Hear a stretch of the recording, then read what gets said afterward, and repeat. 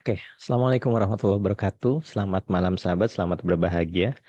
Barakallah berkah berlimpah, bahagia, damai, sejahtera lahir dan batin untuk panjenengan semua. Mohon maaf sudah lama ya, hampir 2 minggu. 2 minggu tidak Zoom meeting karena ada aja. Jadi insya Allah uh, mulai minggu ini kita mulai lagi. Dan harusnya sih temanya udah mulai masuk ke latihan-latihan gitu. Nah, itu sebab kenapa masuknya hari ini temanya adalah tentang sholat dan memprogram pikiran bawah sadar kita. Karena gini, kadangkala kita ini amat sangat rajin berritual, tetapi tidak tahu apa yang sebenarnya kita lakukan. Makanya kita bahas lebih detail tentang sholat nanti dan apa korelasinya dengan bahagia. Lalu apa korelasinya sholat kita dengan kehidupan kita? Bagaimana itu bisa menjadi powerful dan bagaimana tidak menjadi powerful gitu. Jadi ikuti aja, insya Allah nanti akan saya jawab. Kalau ada pertanyaan, ada sanggahan, ada diskusi, monggo dipersilahkan ya. Tetapi sebelumnya, sebelum membahas tentang sholat, karena kita tema garis besarnya adalah mengalami bahagia, maka sejatinya kenapa sih kok kita disuruh sholat? Ya sejatinya karena kita memang disuruh bahagia, belajar bahagia, berlatih bahagia. Kita tahu memang kita belum membahas bab tentang bahagia ya, tetapi kita semua sepakat bahwa bahagia itu adalah default dari kita. Bahagia itu saat pikiran kita tidak lari ke masa lalu, tidak lari ke masa depan. Bahagia itu saat kita merasa cukup, bersyukur, itu bahagia. Bahagia itu saat hadir di sini kini saat ini, itu bahagia. Nah, minggu depan kita akan bahas lebih detail tentang bahagia. Tetapi sejatinya sholat sendiri adalah mengajarkan kita bahagia, gitu ya. Sejatinya begitu. Ayo kita bahas tentang sholat dan kenapa sih sholat kita nggak powerful dan kenapa sih kok terlalu riweh kita dalam sholat gitu ya. Secara bahasa, sholat itu diambil dari kata solawa, ya kan? Atau diambil dari kata soli. Itu makna secara bahasa bisa jadi terhubung, koneksi, kedekatan, sapaan, uh, hubungan yang terarah. Itu secara bahasa. Seharusnya begitu. Kenapa? Makanya di dalam Al-Quran kan innallaha wa malaikatahu yusholluna ala nabi. Emang iya Allah dan malaikat bersolawat kepada Nabi. Nah, solawatnya seperti apa? Apakah solawat yang kita lakukan? Allahumma sholli ala Sayyidina Muhammad begitu. Allahumma sholli ala Muhammad. Kan tidak. Yang dimaksud adalah sesungguhnya Allah dan malaikat pasti terhubung dengan Kanjeng Nabi. Keterhubungannya seperti apa? Sejatinya kesemuanya itu terhubung dengan Kanjeng Nabi. Atau ke semua manusia yang ada sejatinya terhubung dengan Allah secara zat. Tetapi secara jiwa, secara kesadaran belum tentu gitu. Jadi, uh, nah di sini yang harus kita sadari dan pahami. Makanya saya bahas agak kupas banyak tentang sholat ya karena harapannya setelah kita Zoom meeting malam ini, kita mendapatkan kefahaman tentang sholat dan kita akan menikmati sholat kita tidak seperti biasanya gitu ya. Karena sholat pada dasarnya, pada intinya adalah uh, suatu tindakan yang me- menyadarkan diri kita kepada Sang Maha Baik secara keterhubungan. Keterhubungan secara baik secara fisik, batin, jiwa. Jadi sholat sendiri itu adalah sesuatu yang indah. Makanya banyak banyak manusia atau banyak guru-guru spiritual, guru-guru sufi bicara bahwa dia sholat terus-menerus gitu kan. As-sholatu daim, sholat yang terus-menerus yang tidak pernah terputus. Ya memang begitulah adanya. Yuk kita kupas tentang sholat ya. Dan nanti eh, Anda bisa pelajari sendiri. Kalau nggak setuju juga nggak apa-apa. Mau diskusi juga apa-apa. Nggak apa-apa. Apakah sholat ini hanya dilakukan di zaman di ajaran Kanjeng Nabi Muhammad SAW? Enggak. Sholat sendiri itu sudah ada semenjak mungkin zamannya Nabi Adam mungkin ya. Karena orang-orang yang tercerahkan itu pasti sholat. Orang-orang yang tercerahkan pasti sholat. Tetapi bukan seperti ritual yang kita lakukan gitu ya. Jadi contoh kayak Nabi Ibrahim gitu kan. Nabi Ibrahim itu juga sholat. Muqimas sholati gitu. Wa min duriyati gitu ya. Lalu eh, Nabi Musa beliau sholat. Inna sholat lidikri kata beliau begitu. Sesungguhnya sholat adalah sarana untuk sadar, sadar atas keterhubungan antara diri kita gitu. Nah, banyak memang tradisi-tradisi yang menyebutkan gerakan-gerakan tentang sholat. Ada yang ruku saja, ada yang sujud saja, ada yang mengharap ke arah tertentu. Itu sebenarnya adalah sarana latihan kita saja. Latihan agar kita ada suatu kesepakatan publik untuk kita menikmati hal itu gitu loh. Nah, di dalam aliran kita, aliran ahli sunnah wal jamaah, itu kan sholat disepakati 5 waktu gitu kan. Lalu sholat disepakati gerakannya sama. Lalu sholat disepakati bacaannya sama. Agar kita menikmati saja. Jika Anda sholat sendiri, apakah harus seperti itu? Boleh bebas. Menurut saya bebas. Karena memang uh, ajaran yang ada, ajaran Nabi Muhammad SAW yang ada tentang sholat itu sebenarnya tidak mulai dari nol. Beliau melanjutkan, merumuskan, lalu membikin ini kayaknya lebih mudah deh jika dibuat begini, lalu distandarkanlah sholatnya gitu ya. Nah, eh, sholat kita apakah sama mulai dari dulu? Enggak, beda, beda, benar-benar beda. Detail bentuk ritualnya itu jelas berbeda, jelas berbeda. Jadi jumlah rokaatnya, bacaannya, posisi tangannya, detail, detail, uh, ya detail gerakannya itu amat sangat berbeda antara Indonesia, Singapura, nanti panjenengan pergi ke negara lain itu juga berbeda-beda. Nah, kita nggak boleh tuh atau nggak etis atau nggak pantas merasa kita yang paling benar enggak gitu ya. Karena kalau kita merasa yang paling benar, sejatinya kita tidak meyakini apa yang kita lakukan gitu loh. Maksudnya gini, eh, keyakinan itu tidak perlu dibanding-bandingkan. Ya, keyakinan itu tidak perlu dibanding-bandingkan. Agama pun tidak perlu dibanding-bandingkan. Ajaran pun tidak perlu dibanding-bandingkan. Kenapa? Saat kita membanding-bandingkan agama kita dengan agama orang lain, itu adalah bentuk ketidakyakinan kita. Atau bentuk menutupi kekurangan-kekurangan kita. Agamamu nih lebih kurang nih dari agama gue nih gitu ya. Jadi kalau ada orang yang tersinggung dengan agama lain, ya berarti dia belum yakin aja atas apa yang dia peluk gitu ya. Jadi nggak masuk akal juga sih.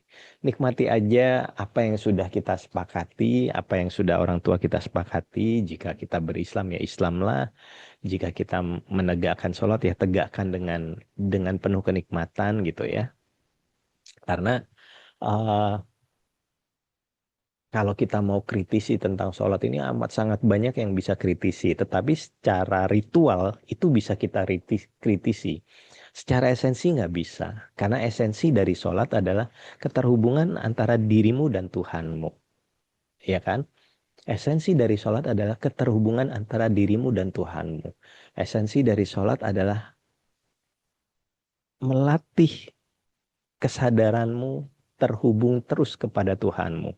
Melatih dirimu tidak mengatur-atur masa depanmu gitu.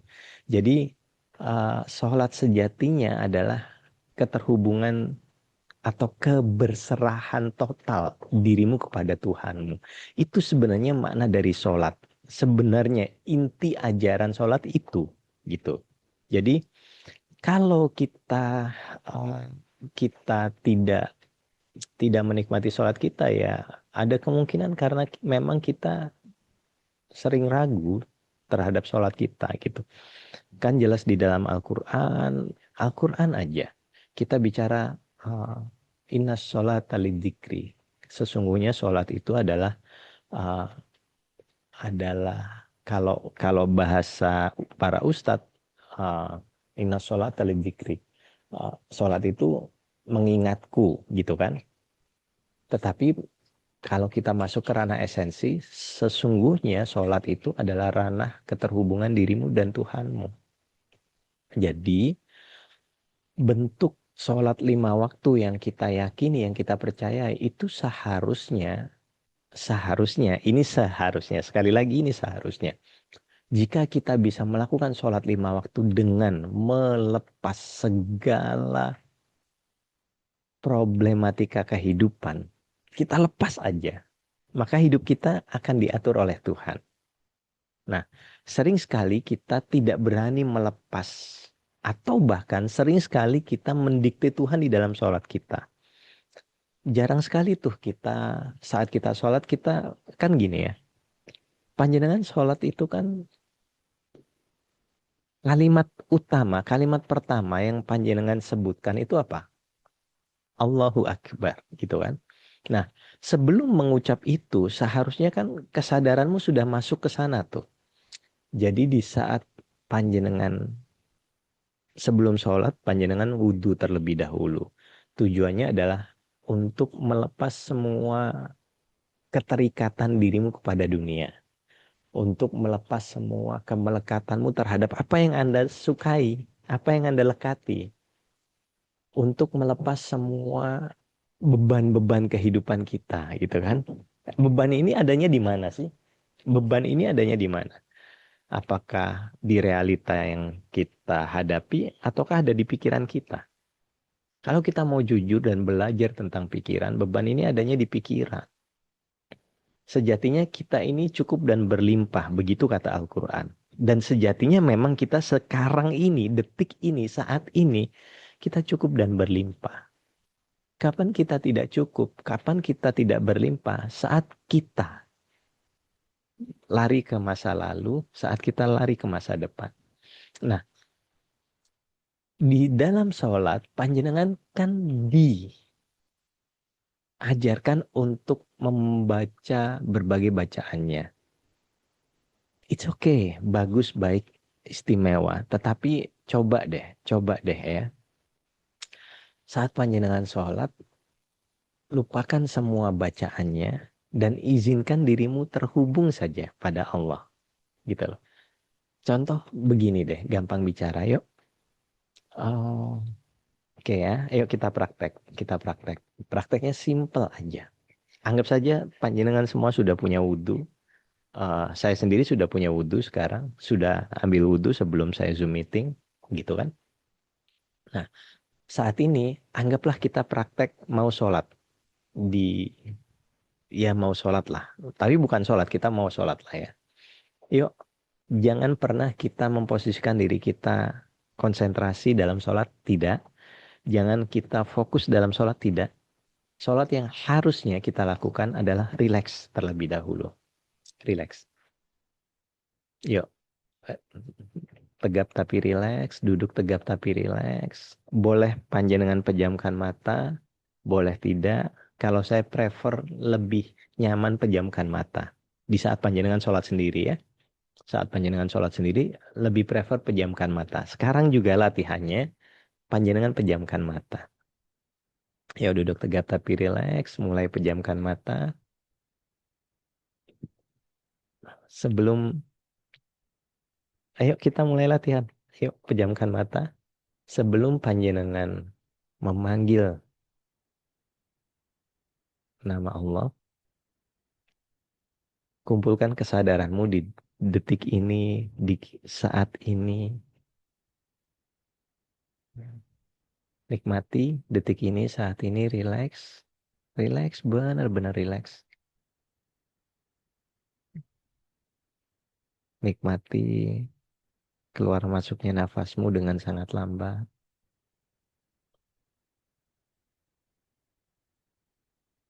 Mulai tersenyum. Dan saat ini boleh panjenengan kumpulkan. Tarik semua masalah kehidupanmu. Saat ini kumpulkan semua masalah kehidupan di depan panjenengan. Masalah uang, masalah kekurangan uang, masalah um, rumah tangga, masalah tagihan belum terbayar, masalah hutang piutang, kumpulkan di depan. Kumpulkan di depan. Oke? Sebesar apa masalahnya? Anda sendiri yang tahu. Mulai dari kecil, besar, besar, besar, besar. It's okay, it's okay. Kumpulkan di depan saat ini, kumpulkan. Tetap sadari nafasmu, tetap rileks. Oke, sekarang sebelum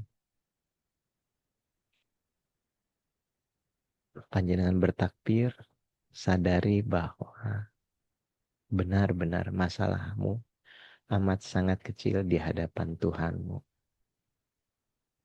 Lalu bertakbirlah dengan menyadari bahwa tiada yang lebih besar dari Allah.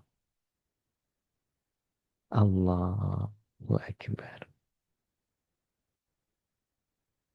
Oke. Jika Anda bersama Allah, apakah ada yang lebih besar darinya?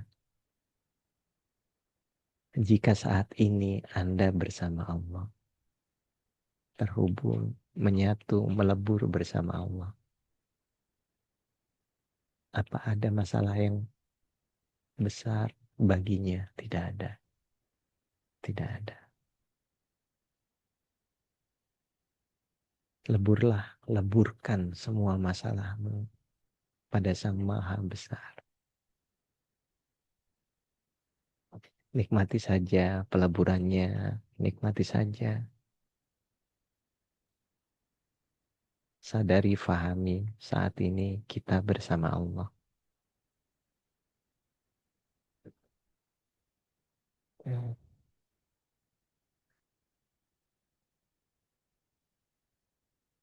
Oke, cukup ya. Saat panjenengan praktek tadi, itu baru takbir yang panjenengan lakukan. Saat itu panjenengan mendapatkan kedamaian, ketenangan, kebahagiaan. Karena posisimu benar-benar berserah total padanya. Dan ini bentuk pemrograman pikiran bawah sadar kita yang amat sangat dahsyat. Makanya kenapa banyak orang sholat, tetapi terlalu banyak mantra yang diucapkan. Dan apakah itu sumbernya dari Kanjeng Nabi? Belum tentu. Karena ajaran Kanjeng Nabi cuman solu kama ro'aitumuni usolli. Sholatlah kamu seperti kamu melihat aku sholat atau mengetahui aku sholat. Sedangkan Kanjeng Nabi tidak pernah membuat aturan yang sholat yang amat sangat detail. Dan itu hanya ada di aturan fikih. Gitu ya. Nah, kenapa itu ada ya? Karena untuk dibuat menyeragamkan saja.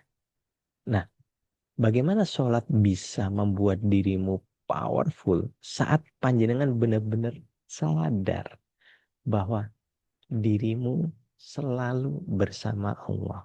Atau di saat panjenengan benar-benar berani melepas semua kemelekatan sebelum bertakbir Allahu Akbar. Biarkan saja semuanya lepas begitu saja saat panjenengan bicara akbar. Akbar ini tidak ada yang lebih karena dia maha besar. Tidak ada yang lebih besar dari itu. Maka lepaskan. Sesimpel itu lepaskan. Udah begitu aja. Kita tahu ya esensi sholat itu uh, keterhubungan dirimu dengan Tuhanmu itu loh. Iya kan? Dan sebenarnya panjenengan kita semua dilatih sholat itu adalah tujuannya adalah mengembalikan kesadaran manusia yang seringkali lupa. Lupa karena terseret kehidupan, terseret ego kita, terseret merasa bisa. Padahal la haula wala quwata illa billah gitu loh. Nah, ritual yang kita lakukan sejatinya kalau kita benar-benar mau, ini kan simbol penghancuran ego. Bener nggak sih? Sholat kita ini simbol penghancuran ego. Saat kita berdiri bersama dia, ini siap siap sadar gitu ya. Siap sadar, aku sadar akan keterhubungan antara diriku dan Tuhanku. Lalu saat panjenengan ruku, ya sudah tundukin semuanya yang panjenengan sok tahu, merasa bisa, kita merasa bisa, merasa mampu. Masa depan beberapa detik dari sekarang atau bahkan 1 detik dari sekarang kita nggak tahu kok. Betul nggak sih? Kita punya Tuhan yang maha baik itu. Kenapa nggak dipakai sih? Kenapa kita sibuk membaca bacaan sholat yang harusnya begini, harusnya begitu? Ingat ya, tolong digaris bawahi dan garis tebali keterhubungan dirimu dengan Tuhanmu langsung tanpa perantara. Nggak ada perantaranya, nggak ada perantara ferry, nggak ada perantara pendeta, nggak ada perantara uh, ustadz, nggak ada perantara romo, nggak ada perantara siapapun. Karena hubungan kita dengan Tuhan langsung tanpa perantara. Yang paling indah dalam sholat adalah kita bersujud. Itu kan melepas simbol untuk melepas. Kita diajarkan udah lepas deh. Kita nggak bisa apa-apa. Kita nggak bisa apa-apa. Ego kita lepas, semuanya taruh di bawah. Secara spiritual tuh kita benar-benar menaruh keakuan kita, menaruh kesombongan kita, melepas keterikatan kita pada apapun, gitu. Nah, beruntung sholat kita 5 kali dalam sehari. Ada yang Syiah 3 kali dalam sehari. Kita nggak bahas mereka ya, kita bahas kita. Coba. ah, Jika kita jago dalam sholat, kan hubungannya antara sholat dengan program bawah sadar gitu kan. Di saat kita panjenengan tadi lakukan ya, yang panjenengan lakukan tadi sebelum kita takbir tadi, tubuhmu udah rileks, pikiranmu udah rileks. Rileks loh ya, jangan konsentrasi, jangan fokus. Bener-bener rileks. Di saat panjenengan rileks, apa yang terjadi dalam gelombang otak kita? Alfa, bukan lagi beta. Makanya kenapa kita tidak powerful dalam sholat, karena mungkin saat sholat kita beta, gelombang otaknya. Gelombang otak beta itu butuh 300 kali momen loh untuk memprogram bahwa aku baik gitu. Itu butuh 300 kali momen, berarti butuh 300 bagi 5 berapa hari.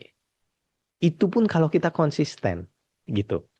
Tetapi saat kita di gelombang otak alfa cuman butuh 10 sampai 100 kali momen. Berarti cuman berapa hari tuh? 10 hari. 10 hari kita sholat secara benar. Maksudnya secara rileks, secara santai. Kita lepas ego kita lepas keakuan kita. Kita serahkan semuanya. Dan syukur-syukur gelombang otak kita teta. Cuman butuh sekali aja. Sampai 9 hari. Untuk merubah. Bukan merubah ya. Untuk mendownload segala keajaiban kehidupan. Karena arti sholat sendiri as-sholatu silah. Sholat itu terhubung. Keterhubungan antara dirimu dengan Tuhanmu. Jadi benar-benar kalau kita bisa bisa benar-benar uh, lepas semuanya, ya luar biasa. Nah, kenapa kok sholat kita nggak powerful? 47 tahun saya sholat kok nggak dapat apa-apa aja sih? Atau saya sholat mulai umur 10 tahun deh. Berarti 37 tahun saya sholat 5 kali dalam sehari. Kok nggak dapat ketenangan batin sih? Kok nggak dapat kebahagiaan sih? Kok nggak dapat eh, nggak dapat kesaktian sih, kok nggak dapat kekayaan. Bisa jadi kita sedang dikritik oleh Al-Quran. Fawailul lil musallin. Celakalah orang-orang yang sholat. Kenapa? Orang sholat yang lalai, kosong, dia lebih mementingkan mantra atau lebih senang dilihat orang bahwa, aku sholat 5 kali sehari loh di masjid loh. Ya. Dan sholatnya tidak melahirkan kesadaran, tidak melahirkan kepedulian sosial. Ya, tetap dilaknat oleh Allah gitu. Jadi maksudnya, di saat kita sholat yang benar-benar sholat ya, sholat yang benar-benar menghubungkan dirimu dengan Tuhanmu atau bukan menghubungkan ya, menyadari keterhubungan dirimu dengan Tuhanmu. Itu kan luar biasa sekali ya, luar biasa sekali. Jadi ah, sholat itu sejatinya adalah latihan kita untuk kembali kepada Allah. Sholat sebagai sebagai bentuk latihan latihan mati, latihan mati, mematikan ego kita, mematikan keakuan kita, mematikan ke mematikan kepemilikan kita, mati, mati, benar-benar mati, gitu. Jadi, ayo kita banyak-banyak latihan sholat yang benar-benar, ayo kita latihan lagi. Latihannya keterhubungan dirimu dengan Tuhanmu. Dan ingat ya, tanpa perantara. Fa'inama tuwalu fasama wajah Allah. Kemanapun engkau menghadap, disitulah wajah Allah. Ya kan? Dan Allah lebih dekat dari urat leher. Allah. Wallahu ala kulli syai'in muhita.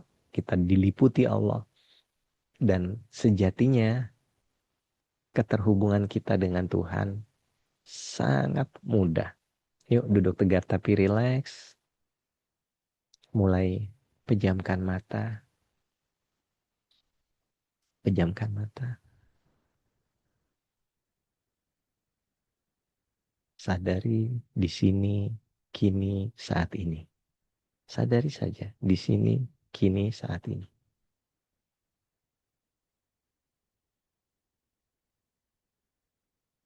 Oke. Saat ini panggil dengan penuh kerinduan, penuh kemesraan, penuh kesadaran. Panggil dengan penuh lemah lembut. Boleh di dalam hati, boleh Anda ucapkan. Allah,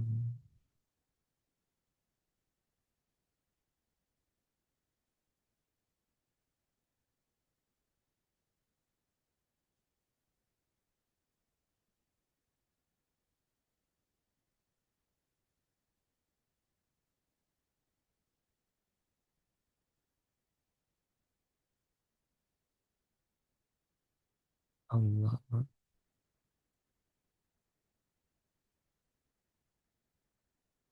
Izinkan kerinduan yang membuncah.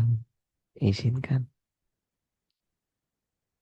ada rasa rindu, rasa kangen.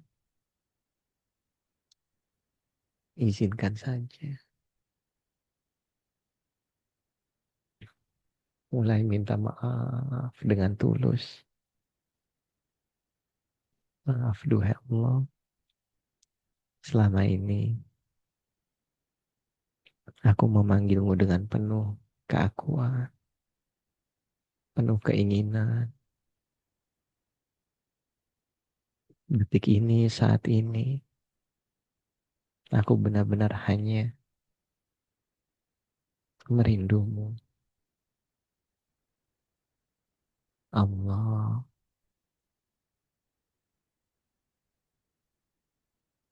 tanpa keinginan, tanpa tendensi apapun.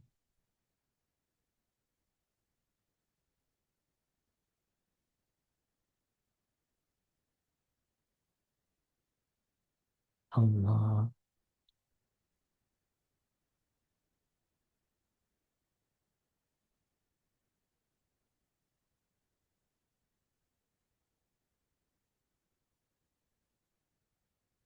Allah,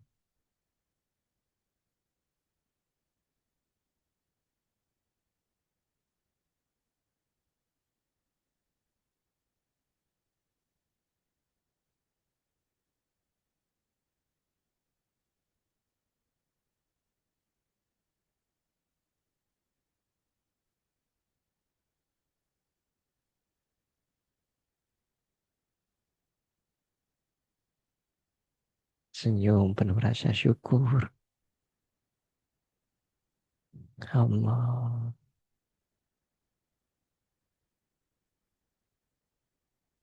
Tanpa permintaan apapun. Hanya terhubung.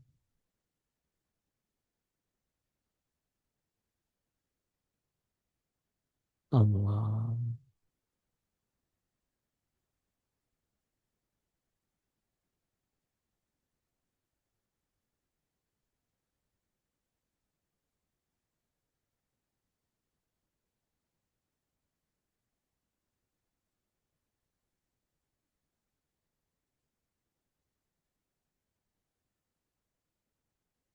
Allah.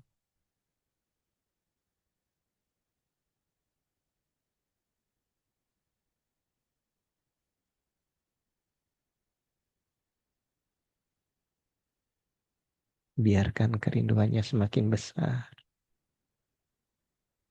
Nikmati saja keterhubungan diri kita dengan Tuhan kita.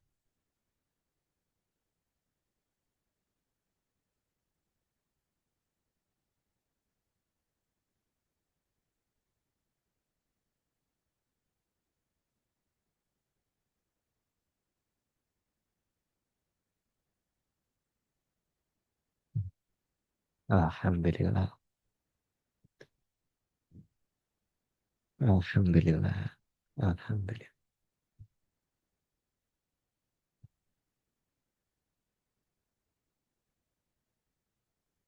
Coba kalau kita terhubung dengan penuh senyuman, penuh kerinduan, penuh rasa syukur. Ini kan bentuk pemrograman bawah sadar yang powerful. Dan ini bentuk menghapus luka batin yang amat sangat powerful. Iya kan? Lalu pertanyaannya kenapa nggak dilakukan setiap 5 waktu? Kenikmatan yang seperti ini. Kenapa kita lebih mementingkan mantra dibanding keterhubungan kita, dibanding keberserahan kita? Coba lakukan ini di sepertiga malam. Dahsyatnya. Atau lakukan di saat panjenengan mau tidur jam 10 gitu ya. Dengan lampu yang benar-benar gelap. Lalu panjenengan panggil dia dengan penuh kerinduan. Allah. Lepas semua loh itu. Lepas semua loh itu. Dan jangan dipikirkan keajaibannya. Pasti datang. Itu ten, paten, paten. Iya, saya nggak perlu banyak cerita tentang keajaiban yang terjadi dalam kehidupan saya ya. Dengan banyaknya karyawan, dengan pokoknya begitu deh. Jurusnya cuma begitu aja. Ada benar-benar kita ngelepas dunia, ngelepas masalah, ada kita menghancurkan keakuan kita benar-benar berserah total. Ada perjumpaan batin antara kita dan Tuhan. Waduh, mantap jiwa. Iya kan? Karena betapa banyak sholat yang kita lakukan tidak menghadap Tuhan. Banyak yang hanya menghadap kelakuannya aja. Kan asu tenan, topol tenan. Ya.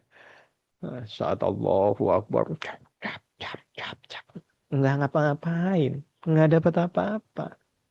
Semua menghadap dirinya sendiri. Maksudnya diri egonya sendiri. Keakuannya, keinginannya. Pengen begini, pengen begitu. Kenapa nggak sadar bahwa sejatinya ini kan koneksi yang harus kita bangun terhadap Tuhan.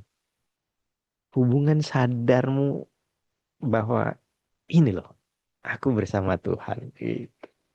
Iya kan? Mantap jiwa. Gitu.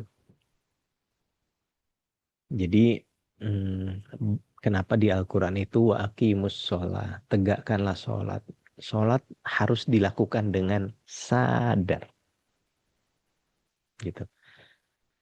Percuma panjenengan melakukan sholat tetapi lupa menghadap siapa? Jangan-jangan lupa menghadap Tuhan karena lebih penting melakukan kewajibannya, lebih penting melakukannya, lebih penting ritualnya. Tetapi hasilnya masalah salah.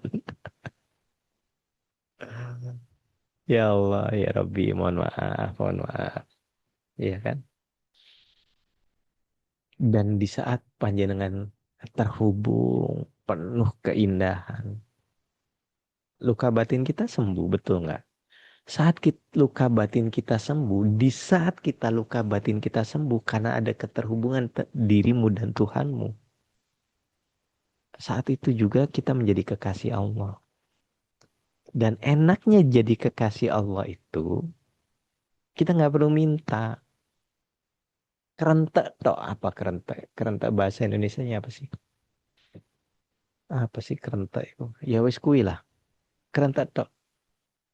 Eh, bayarannya mari eh arek-arek mari ini bayaran. Ah, gampang lah. Ono Gusti. Boom, boom. Gitu loh. Dan jika Allah bisa mengatur alam semesta dan seisinya dengan amat sangat presisi, masa nyukupi awake dhewe kan ora iso kan ya ora masuk akal. Bedanya kita dengan alam semesta adalah alam semesta tidak pernah protes. Dia digerakkan secara harmoni, dia nggak protes. Kita ini cuma butuh ngelepas tok, ngelepas keakuan diri tok, protes. Merasa lebih tahu, merasa lebih hebat, merasa lebih ini. Akhirnya ya udah deh atur-atur sendiri deh kehidupanmu. Iya tuh.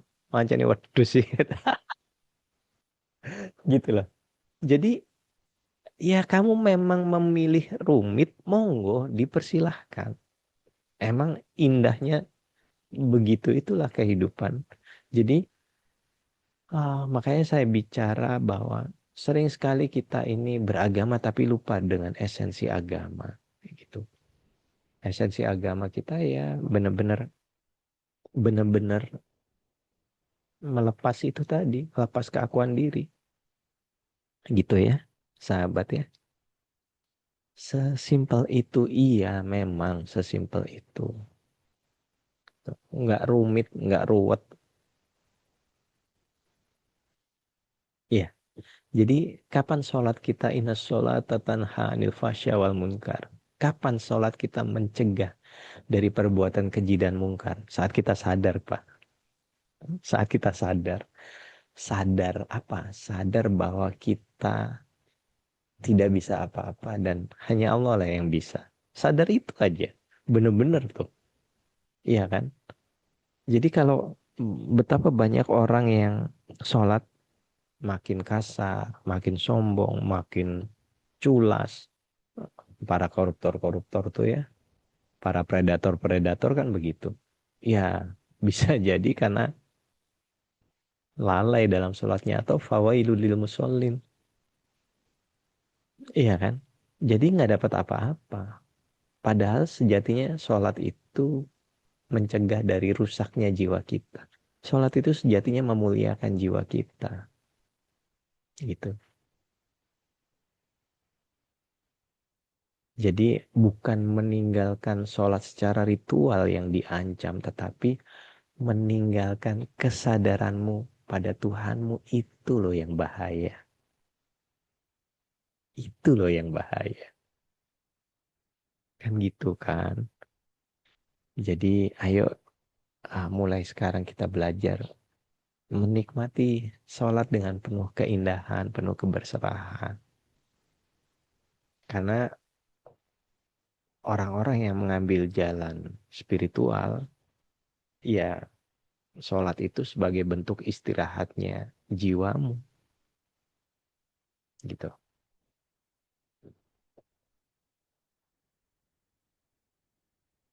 Kalau panjenengan sadar atau pernah baca di kitabnya Syiah ya,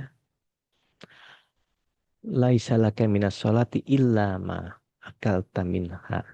Tidak ada bagian dari sholatmu kecuali yang benar-benar kamu sadari. Sayyidina Ali tuh yang bicara begitu. Jadi hati-hati dengan sholat kita yang nggak sadar. Ya maksudnya nggak sadar tuh kita cuman Allahu Akbar, Allahu Akbar, Allahu Akbar. Cuman baca wesh, wesh, wesh, wesh, wesh, wesh, wesh. Lalu kita berantem dengan cara sholat yang berbeda. Satunya pakai eh, apa sih doa iftitah itu kan. Satunya iftitahnya ala NU, satunya ala Muhammadiyah. Terus ngerasa berantem, ngerasa mana yang paling benar, mana yang salah. Nggak usah begitu, ngapain? Ruwet, ruwet, tewur gitu ya. Karena sholat tanpa kesadaran hanya menyisakan gerakan fisik dan membuat kita lelah. Lelah batin, lelah hayati. Yang nggak jadinya nggak kemana-mana kita. Gitu. Jadi ayo kita memprogram diri kita dengan sholat yang penuh keindahan. Karena eh, capek loh kalau panjenengan memprogram bahwa sadar panjenengan di luar sholat tuh capek loh. Contoh lah, aku kaya, aku kaya, aku kaya. Panjangan afirmasi begitu kan capek ya. Aku sukses, aku lunas hutang, capek. Tetapi di saat panjenengan sholat, penuh keterhubungan, penuh kesadaran antara dirimu dengan Tuhanmu. Cuman, matur nuwun Gusti. Udah, sesimpel itu. Panjenengan bisa bersyukur secara penuh kepada Allah. Jelas, di saat kamu bersyukur, tak tambah nikmatmu. Ya. Di saat kamu komplain penuh keinginan, penuh keakuan, hajar hidupmu, menderita hidupmu, motor gitu ya, teman-teman ya. Jadi berhenti kita bicara tentang apa ya, tentang dosa, tentang neraka, tentang surga, tentang pahala. Enggak lah. Enggak penting, enggak penting. Sejatinya kita itu latihan untuk bangun, latihan untuk kembali kepada Allah. Inna lillah wa inna ilaihi rojiun. Kita ini asalnya dari Allah. Ya pulangnya kepada Allah. Makanya sholat adalah latihan untuk pulang. Pulang, benar-benar pulang sepulang-pulangnya. Di saat kita pulang, maka diri kita siap diprogram untuk apapun. Begitu lepas dari sholat, maksudnya lepas dari finish assalamualaikum warahmatullahi assalamualaikum warahmatullahi gitu kan, ada rasa optimisme, ada rasa keyakinan, ada rasa yes. Nah itu loh program terhebat hidupmu, program bawah sadar yang luar biasa gitu. Jadi uh, benar-benar di saat sholat panjenengan cuman beautiful surrender aja di dalam sholat gitu loh, gitu, gitu. Dan toh nyatanya uh, sholat itu ya latihan sadar itu kan gitu. Dah, saya kira itu dulu temanya, materinya nanti akan berkembang jika ada yang mau diskusi gitu ya. Oke, monggo silakan ada yang mau diskusi atau ada yang mau ditanyakan.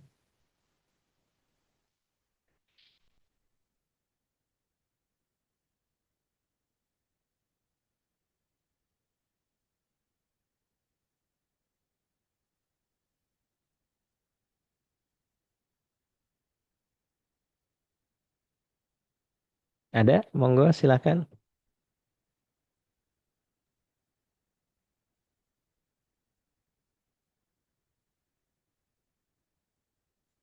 Saya ya Mas, daripada diam semua. Nggih. Oke.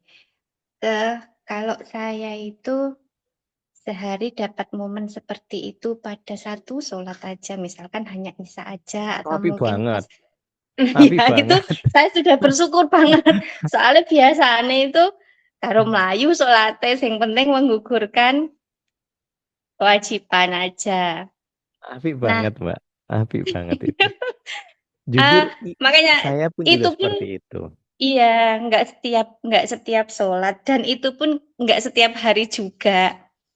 Terus, gini Mas, kalau saya itu belum bisa meninggalkan bacaan. Jadi, biasanya saya itu tetap bacaan dulu, nanti selesai bacaan saya, eee, baru baru ya itu tadi, seperti itu. Jadi, saat rukuk juga lama, saat sujud juga lama, terus dibarengi kadang ada derayan air mata yang kalau menurut, apa namanya, kalau menurut ajaran sholat yang selama ini yang dari kecil saya dengarkan kan itu membatalkan sholat ya, Mas. Gimana gimana gimana? Api iki api iki. Kadang kan kalau momen-momen seperti itu saya nggak bisa mengendalikan, jadi air mata itu keluar sendiri gitu. Mm-mm, mm-mm. Nah, padahal itu di tengah-tengah sholat. Ya kadang yang membuat saya ragu setelah di akhir sholat itu masih ada pertanyaan. Sholatku sah gak ya itu loh Mas. Iya iya iya iya. Ya, kadang masih ada semacam itu. Cuma memang kalau dapat momen semacam itu, setelahnya itu rindu, pengen ngulang lagi, pengen seperti itu lagi. Makanya sering berlama-lamaan saya eh, kalau sholat bisa seperti itu, pengen ngulang terus tapi jarang untuk bisa.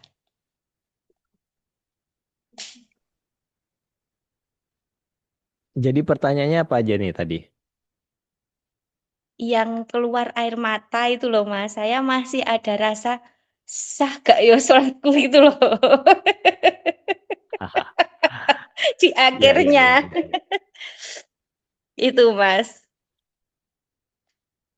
Oke, gini. eh Kalau secara fikih, ya gerak 3 kali di dalam sholat itu batal, betul ya? Betul ya? Secara fikih nih, secara fikih yang kita Iya, ketahui, iya, gerak 3 kali di dalam sholat itu batal. Melakukan iya. 3 kali gerakan dalam sholat itu batal. Secara esensial, ketidakterhubunganmu kepada Tuhanmu itu membatalkan sholatmu. Oke, paham. Jadi tangisanmu ini keterhubunganmu terhadap Tuhanmu atau kelalaianmu terhadap Tuhanmu. Yang bisa jawab kan panjenengan sendiri. Oke, oke, Jadi paham. eh, apakah penting kita dianggap tidak sah oleh lingkungan, ya kan? Ataukah jauh lebih indah atau jauh lebih eh, mencerahkan atau jauh lebih membebaskan hubungan kita dengan Allah itu langsung tanpa perantara. Nggak peduli kita dinilai orang. Ini nyun sewu ya. Kalau panjenengan sholat sendiri. Kalau panjenengan sholat di masjid, tentu harus diutamakan akhlaknya. Tentu harus diutamakan keseragamannya. Di saat panjenengan sholat sendiri kan keterhubungan kita dengan Tuhan kan jauh lebih indah. Dan selama saya sholat di masjid berjamaah, saya belum bisa menikmati atau menyamai sholat kesendirian saya. Jadi saat saya sholat sendiri itu jauh lebih indah, jauh lebih powerful, jauh lebih wow dibanding saya sholat jamaah. Nah, sholat jamaah bagi saya adalah saya apa ya, mengizinkan diri saya menjadi antena tachyon. Kalau panjenengan ingat ya, ada pelajaran antena tachyon dulu di bab kuantum. Jadi mengangkat consciousness kolektif yang ada. Jadi kesadaran kolektif, misalkan di masjid, ya udah izinkan aja dirimu menjadi antena tachyon atau antena kesadaran. Udah begitu aja. Jadi saat dia baca, udah nikmatin aja. Di saat imam baca apa, nikmatin aja. Tanpa penghakiman, nikmatin aja gitu. Karena eh, kita apa ya, sholat kita ini kan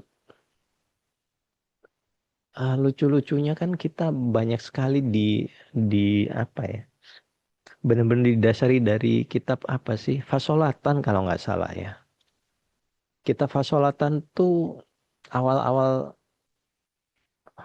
ya yang populer sih tahun 1970-an sih. Tapi kitab Fasolatan sendiri itu kan dibikin tahun 1900-an. 1800 akhir sampai 1900-an. Lalu sholat kita seragam begitu aja. Dipopulerkan oleh para ustadz-ustadz gitu kan. Sholatnya harus begini, kalau nggak begini batal, kalau nggak begitu batal. Ingat, garis besarnya adalah sholat itu keterhubungan dirimu dengan Tuhan.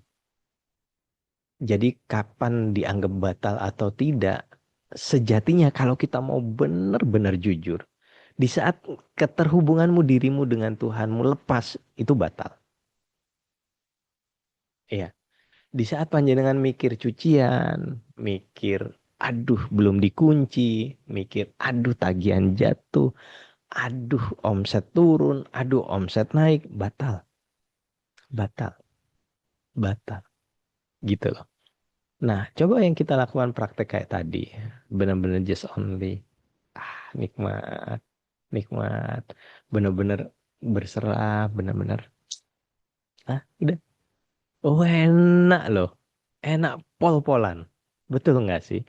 Nah, kenapa banyak yang tidak mengajarkan begini? Nggak laku, nggak laku.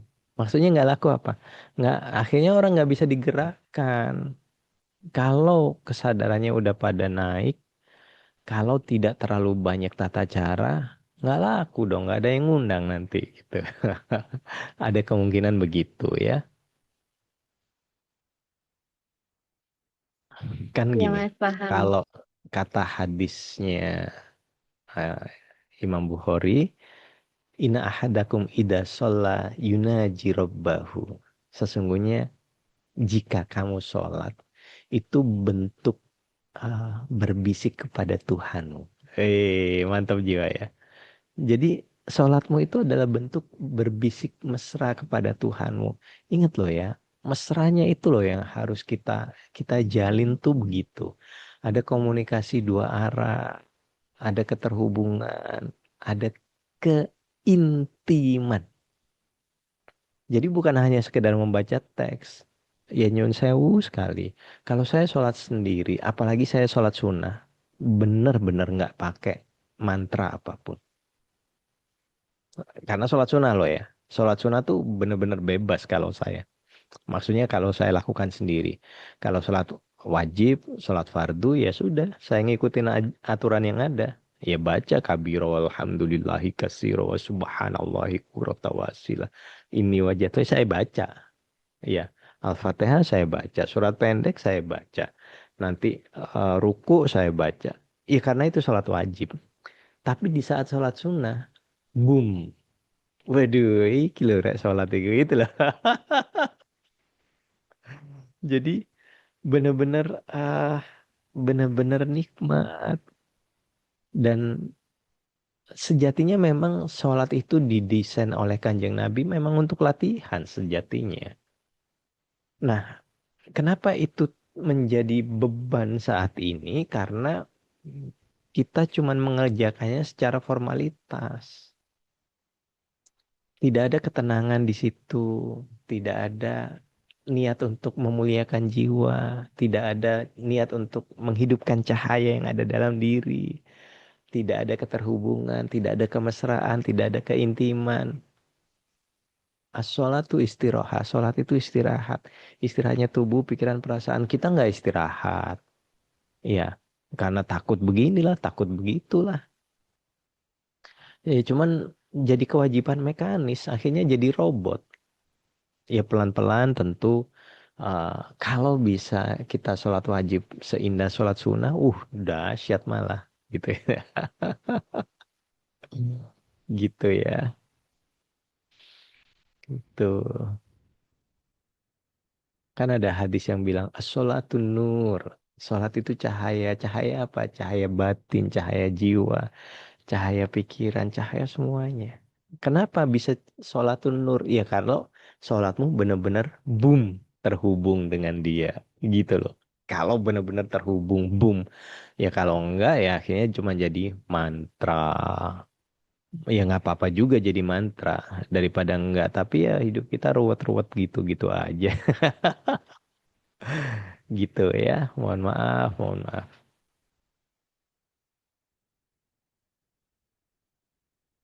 Semua sudah hafal pasti banyak hadis yang bicara kedekatan dirimu pada Tuhanmu itu di saat kamu sujud gitu. Enggak, di saat kamu mulai mengucap Allahu Akbar itu udah luar biasa, luar biasa. Oke, ayo monggo silakan yang lain. Aku Mas Openg. Monggo. Ya, dulu sih pernah dengar ya kalau misalkan baca bacaan sholat itu telinga kita tuh harus denger gitu kan. Ya misalkan Bismillahirrahmanirrahim. Alhamdulillahirabbil alamin gitu. Tapi aku praktikin sendiri tuh lebih damai, lebih tenang tuh kalau bacaannya di dalam hati gitu kan. Tidak kayak diucapkan lewat lisan. Itu lebih tenang sambil menyadari nafas gitu kan. Nah, gimana itu Mas Openg? Apakah emang harus diucapkan, telinga kita harus dengar atau boleh di dalam hati aja gitu? Terima kasih. Oh, kalau secara fikih saya tidak bisa jawab, Mas Han. Karena itu kan secara fikih. Maksudnya secara fikih itu secara konsep yang dibikin oleh para pendahulu kita, gitu. Kalau saya sendiri, eh, ya sholat itu kan bentuk keterhubungan kita dengan Tuhan. Jadi, ya memang tadi ya, kalau kalau sholat dianggap berbisik, akhirnya kan mungkin beliau ngambil pendapat as-sholatu yunaji. Sholat itu berbisik kepada Tuhan gitu kan. Bisa jadi begitu. Konsepnya harus didengar dengan telinga. Tetapi coba deh batinmu yang berbisik kepada Tuhan. Itu kan jauh lebih indah gitu loh. Maksudnya coba ya. Dan kalau kalau memang panjenengan praktekin itu di sholat jamaah gitu ya. Dengan 100 peserta. Lalu semuanya berbisik-bisik. Jadi rame itu masjid. Nggak enak loh. Iya kan? Maksudnya yang berbisik itu batinmu, jiwamu. Berbisik benar-benar berbisik. Ayo kita masuk ke ranah esensi loh ya. Bukan ranah tata cara benar salah. Itu bebas kok. Bagi saya itu bebas kok. Panjenengan mau baca bacaan sholat. Alhamdulillah. Enggak juga Alhamdulillah. Bagi saya sholat itu adalah bentuk keterhubungan kita dengan Tuhan. Bentuk penyerahan ego kita. Bentuk melepas keakuan kita. Bentuk melepas ketakutan, kecemasan, kekhawatiran, boom gitu loh. Sholat tuh benar-benar di saat sadar, lagi terhubung dengan yang maha besar. Udah, boom gitu aja. Dan itu benar-benar panjenengan, ya dahsyat aja gitu loh. Tapi kalau panjenengan mana yang benar, mana yang salah, bukan hak saya untuk menjawab. Karena itu kan ranahnya ranah tata cara, Mas. Gitu. Jadi kayaknya kok nggak pas kalau saya jawab gitu. Oke, Kan terima saya tadi kasih. bicaranya hmm, ah, itu mungkin berbisik itu karena diambil dari hadis yang saya bicarain tadi. Inna hadakum idza shalla yunaji rabbahu. Sesungguhnya jika di antara kamu jika kamu sholat adalah bermunajat atau berbisik kepada Tuhanmu. Tetapi ayo kita fahami, ayo kita dalemin, ayo kita ambil esensinya. Ini kan ada komunikasi kita dengan Tuhanmu, ada keterhubungan kita dengan Tuhanmu. Yang harus diambil ada keintiman, keintiman sama kayak kita kita uh, kita ngobrol sama istri kita gitu loh. Bunda, ayo. Itu kan ada keintiman ya. Ayo. Cuman ayo gitu aja udah tahu loh. Nggak usah, ayo nanti kamu harus lepas baju, harus begini, harus begini. Nggak begitu. Nggak begitu. Iya kan? Cuman bisikan mesra, push. itu sudah menjelaskan semuanya. Iya kan? Nah, di saat kita ngobrol sama Allah, toh juga nggak perlu detail juga, maksudnya gitu loh. Maksudnya nggak terlalu, apalagi Anda berbisik harus didengerin telinganya. Allah Maha mendengar, bos. Kita cuma bicara, duh Allah, kami rindu. Boom. Udah selesai. Gitu, ya. Gitu, Mas, Mas, Mas Han. Mohon maaf. Oke, terima kasih Mas Topeng. Ya, terima kasih.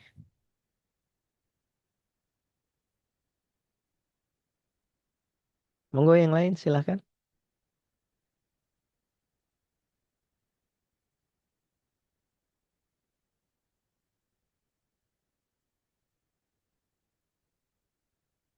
Jadi kesimpulannya, teman-teman, sholat itu sejatinya bukan kewajiban dirimu kepada Tuhanmu, tetapi sarana untuk menyelamatkan jiwamu dari kekeringan batin, dari keakuanmu, dari egomu, dari penderitaan hidupmu. Itu loh sholat sejatinya. Sejatinya begitu loh. Ah, apa sih yang gini ya? Lalu kan banyak yang bicara, loh Mas, nanti kan ada hadis awwalu ma yuhasabu bihi yaumal qiyamati as-shalah. Setuju. Awal apa-apa yang dihisap nanti di hari akhir itu adalah sholat kita. Setuju. Tapi sholat yang seperti apa? Sholat yang sebagai ritual atau sholat yang penuh keindahan, penuh keberserahan, penuh kerinduan. Nah, ini kan yang harus kita pahami lagi. Jika sholatmu cuman begitu-begitu aja, nggak dapat apa-apa, ya cuman dapat euforia ego, ya kan? Ego nih, gue udah sholat nih di masjid nih, tepat waktu nih, apalagi jadi imam di saf terdepan. It's okay, nggak apa-apa, nggak apa-apa, apa. Tapi ya kita berbeda gitu aja. Selesai. Kamu benar, aku benar. Udah selesai gitu aja. Di saat ada kita disalah-salahkan orang, ya nggak apa-apa. Sudut pandangnya beda. Karena kita balik lagi ya. Syarat beragama adalah berakal dan dewasa. Orang yang masih diiming-imingi pahala, ya berarti belum dewasa gitu aja. Ya menurut saya loh ya, menurut saya. Emang kalau kita kerja diiming-imingin duit, ya kerja kita nggak maksimal kok, ya kan? Tapi kalau saya kerja, saya membuat brankas itu jauh lebih indah, jauh lebih bagus, jauh lebih pantas dimiliki orang, itu namanya memuliakan jiwa. Nah, balik lagi, sholatmu mau memuliakan jiwa atau memuliakan egomu? Bebas, gitu. Pilihannya ada di masing-masing gitu. Kapan sholatmu bisa memprogram bawah sadarmu? Saat sholatmu penuh keintiman pada Tuhanmu. Di saat kita intim pada Tuhan, semua luka batin lepas kok. Lepas kok. Semua keraguan, semua kecemasan, semua ketakutan, semua kekhawatiran itu lepas. Lepas. Dan itu toh yang kita butuhkan dalam hidup kan itu kan. Lepasnya ketakutan, lepasnya kecemasan, lepasnya kekhawatiran. Kenapa dibuat konsep sholat 5 waktu? Iya karena ujungnya alhamdulillah. Tak laporan mana maring ini. Ya. Tak lepas dulu bebanku. Iki sing asu-asu tenan ki yo tak copot dhisik gitu ya. Ada ketakutan dulu. Mohon maaf ya Allah. Gitu loh. Jadi ya panjenengan bisa simpulkan sendiri deh gitu. Ayo monggo yang mau diskusi atau mau tanya boleh sebelum sebelum apa namanya? Sebelum saya off ya. Monggo. Karena pagi ini hari ini cukup luar biasa sih. Wow. Sebentar ada yang chat ya. Hari ini cukup luar biasa. Saya pagi tadi lari, nggak banyak sih, cuma 3 kilo. Terus kerja, fisik, habis itu bulu tangkis 1 jam lebih. terus Zoom. Kan cukup lelah fisiknya, tapi bukan lelah batinnya ya. Oke, apakah perlu sebelum sholat atau dalam sholat meminta ampun dulu? Eh, Iya karena budu wa iya karena stain. Kepadamulah duhai Allah, aku mengabdi dan kepadamulah duhai Allah, aku memohon pertolongan. Ingat ya, di saat panjenengan ada kerinduan terhadap dirimu, itu juga bentuk panjenengan sudah minta maaf dengan Allah. Minta maafnya itu bentuk dari, yuk sadar yuk, duhai Allah ngapunten ya. Nah, bahasanya jauh lebih indah saat panjenengan membahasakan dirimu sendiri dengan penuh kemesraan. Jadi eh, bebas kalau panjenengan mesranya dengan istighfar, astagfirullah, astagfirullah, bebas, bebas. Kalau panjenengan mesranya, ngapunten Gusti, ingat, tetapi di saat kemesraanmu atau di saat panjenengan memohon ampun, jangan menisbatkan dirimu penuh dengan kesalahan. Nah ini bahaya karena memprogram bawah sadarmu bahwa ya memang lo nih tempatnya salah gitu loh. Iya memang ada hadis Anisya al insanu mahanu khoto manusia. Memang begitu, tetapi maksudnya gini loh. eh, Manusia itu tempatnya salah dan tidak sadar, dan ketidaksadaranmu. Jadi maksudnya di saat panjenengan memohon maaf kepada Allah, yakinlah panjenengan sudah dimaafkan. Itu yang perlu ditekankan. Jadi kita sudah dimaafkan. Karena Allah Maha Pemaaf. Hati-hati dengan mohon ampun terus sampai nangis meraung-raung. Terus melabeli, bahkan itu ada label dalam dirimu. Ya nggak apa-apa akhirnya, tapi kan jadi label yang buruk terhadap dirimu bahwa ya aku memang yang penuh salah, penuh dosa, penuh. No, no, no, no. Jauh lebih indah bahwa ngapunten ya Allah. Insya Allah jauh lebih baik. Itu kan jauh lebih indah daripada gitu atau astagfirullah, astagfirullah, astagfirullah. Ya nggak apa-apa, bebas saja, bebas saja. Itu menurut saya gitu ya. Monggo yang lain silahkan.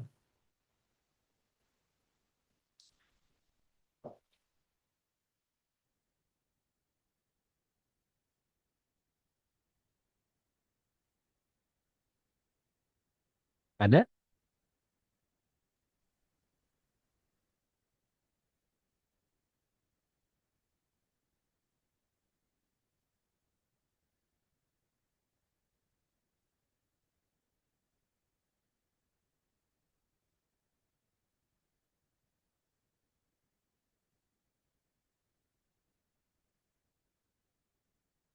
Ada yang mau ditanyakan atau mau didiskusikan? Kalau nggak ada, nggak apa-apa. Kita sudahi Zoom meeting ini. Semoga menjadi jalan kefahaman, jalan kesadaran. Tapi saya tidak memaksa. Ini hanya sudut pandang yang saya sampaikan saja. Panjenengan boleh lakukan, boleh tidak, bebas, amat sangat bebas, ya kan? Karena yang paling penting adalah dalam hidup ini, ayo kita mencari, mencari dan mencari, gitu kan? Maksudnya mencari itu ya kita belajar, belajar, belajar, belajar. Ada perenungan, di situ ada kefahaman, ada keindahan dalam pencarian, itu yang paling penting. Jadi kalau apa yang saya suguhkan tadi sudah makanan jadi, jauh lebih baik panjenengan kritisi lagi, lalu mulai praktekkan ulang, uh, benar nggak ya ini begitu. Dan satu hal yang perlu digarisbawahi bahwa mintalah validasi langsung kepada Allah. Ya, jadi apa yang saya sampaikan, jika menurut panjenengan cocok atau tidak cocok, minta validasinya kepada Allah. Validasinya langsung kepada Allah. Duh Allah, aku pengen melakukan apa yang diomongin Ferry tadi. Oke nggak ya? Udah, diam gitu aja. Itu aja, begitu aja. Nah, nanti biar panjenengan dibimbing sendiri oleh Allah. Maksudnya dibimbing, oh dapat ilmu ini, dapat ketemu ini, ketemu ini, ketemu ini. Jadi kefahaman, kesadarannya bisa. Tetapi di saat panjenengan langsung menolak atau langsung menelan, nah ini bahaya. Karena tidak ada validasi, tidak ada perenungan. Apa yang saya sampaikan adalah bentuk perenungan yang sudah saya lakukan, gitu kan. Bentuk kritisi, kok nggak gini ya, kok nggak gini ya, nggak gini ya. Harusnya mungkin begini, mungkin begini, mungkin begini. Akhirnya jadi rumus yang bukan jadi rumus, jadi konsep apa yang saya lakukan gitu. Nah, panjenengan sendiri wajibnya adalah menanyakan langsung kepada Allah, minta validasinya langsung kepada Allah, mesra-mesraannya langsung kepada Allah gitu loh. Gitu ya, teman-teman ya. Itu. Yuk, ada yang mau didiskusikan atau ditanyakan? Kalau nggak ada, mungkin saya anggap cukup. Saya kasih waktu. Aku tertarik sama ceritanya Mas Openg ketika lagi nggak ada uang di tabungan, kan pernah ceritakan. Terus untuk bayar karyawan dan sebagainya gitu kan. Tiba-tiba Mas Openg sholat kayak melepas semua lah ya kan, kayak, dan tiba-tiba ada jalannya untuk bisa bayar karyawan dan sebagainya. Itu aku pengen lebih detail Mas. Apa yang Mas Openg lakukan? Apakah tetap biasa kerja? Apa bagaimana gitu Mas? Iya. Gini, Mas Han.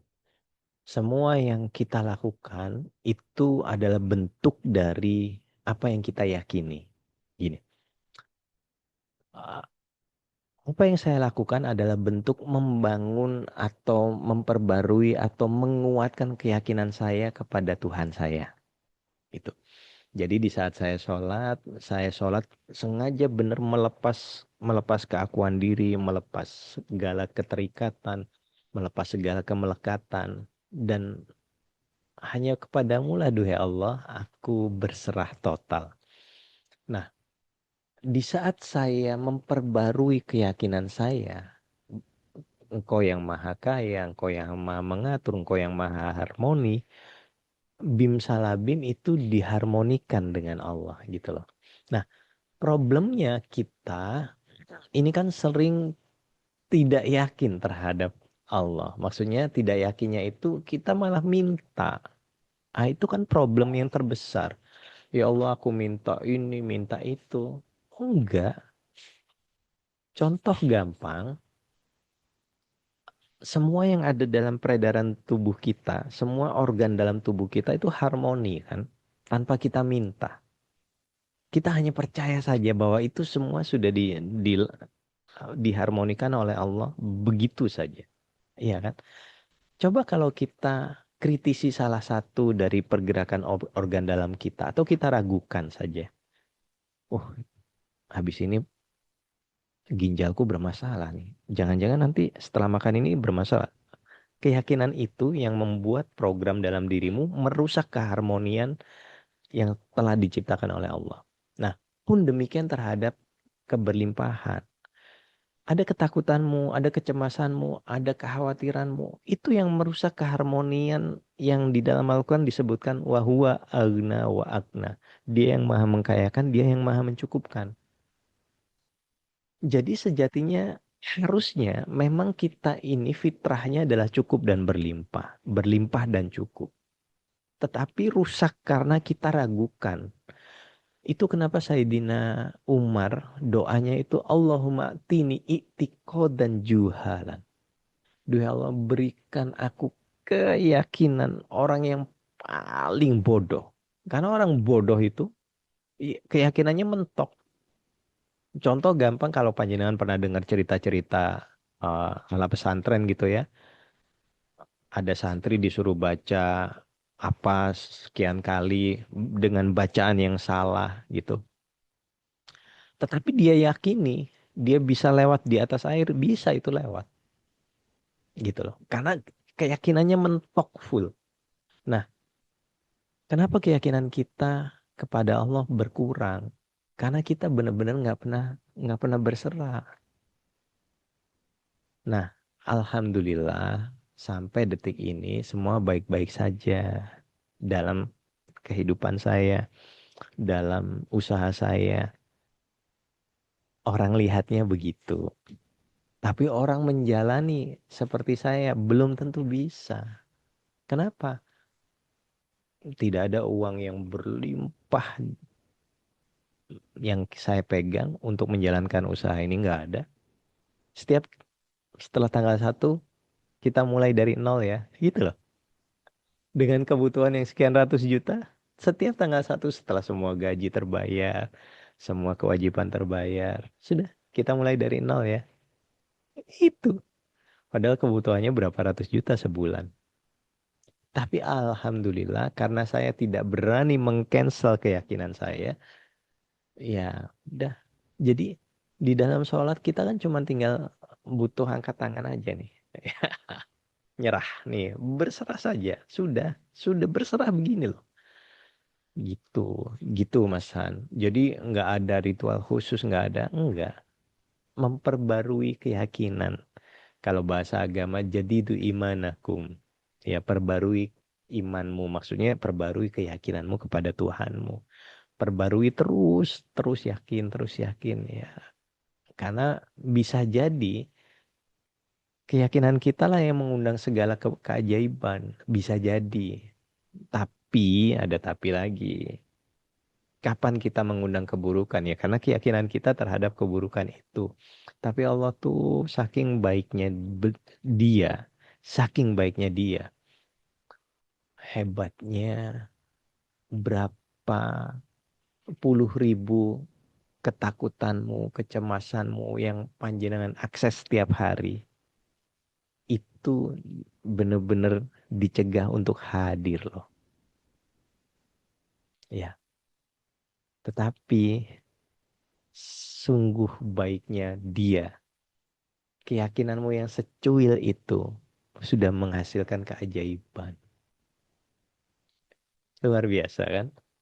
Makanya sejatinya kan kita ini nggak perang sama siapa-siapa. Ya, perangnya sama siapa? Sama diri kita. Sama pikiran kita, sama konsep kita, sama bawah sadar kita. Ngerasa ini, ngerasa bisa, ngerasa begini, ngerasa begitu. Makanya di dalam Islam yang paling indah itu cuma 2 konsep, nggak ada lagi. Apa? Takwa, tawakal. Berusaha sebaik mungkin, hasilnya serahkan monggo Gusti. Gitu Mas Han. Terima kasih Mas Openg ya. Tadi aku hampir nangis kan.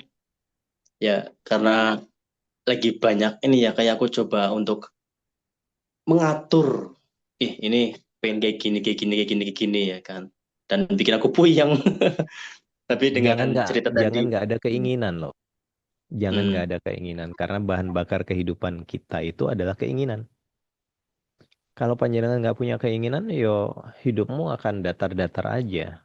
Tetapi yang harus disadari jangan melekat pada keinginan. Makanya kan dalam jurus kuantum ada namanya proposal kehidupan, ya kan? Proposal kehidupan itu inginlah sebesar mungkin. Ingat ya, kalau dulu pernah saya bilang itu ada jurus namanya proposal kehidupan. Apa impianmu, apa goalmu, apa keinginanmu? Detailkan itu secara bawah sadarmu, detailkan itu 1 menit. 1 menit berikutnya, saat panjenengan bisa detail tentang apa yang Anda inginkan, 1 menit berikutnya adalah kebermanfaatannya. Buat dirimu, buat keluargamu, buat kelilingmu, buat lingkunganmu. Itu. Kalau bisa 2 menit bypass itu, berarti kan tidak ada ras yang menghalangi. Tidak ada reticular activating system, tidak ada filter mindmu yang menghalangi. Gitu kan? Insya Allah itu terjadi. Tapi di saat kamu tidak bisa mendetailkan itu, ya kan? Di saat kita A, I, U, E, O, di saat kamu bicara tentang keinginanmu tapi masih apa ya, udah nggak pantas berarti. Gitu. Itu namanya jurus proposal kehidupan. Coba dibuka-buka lagi pelajaran sebelumnya, ya. Gitu, Mas San. baik Mas Openg, terima kasih banyak. Oke, ada lagi? Sudah 1 jam lumayan.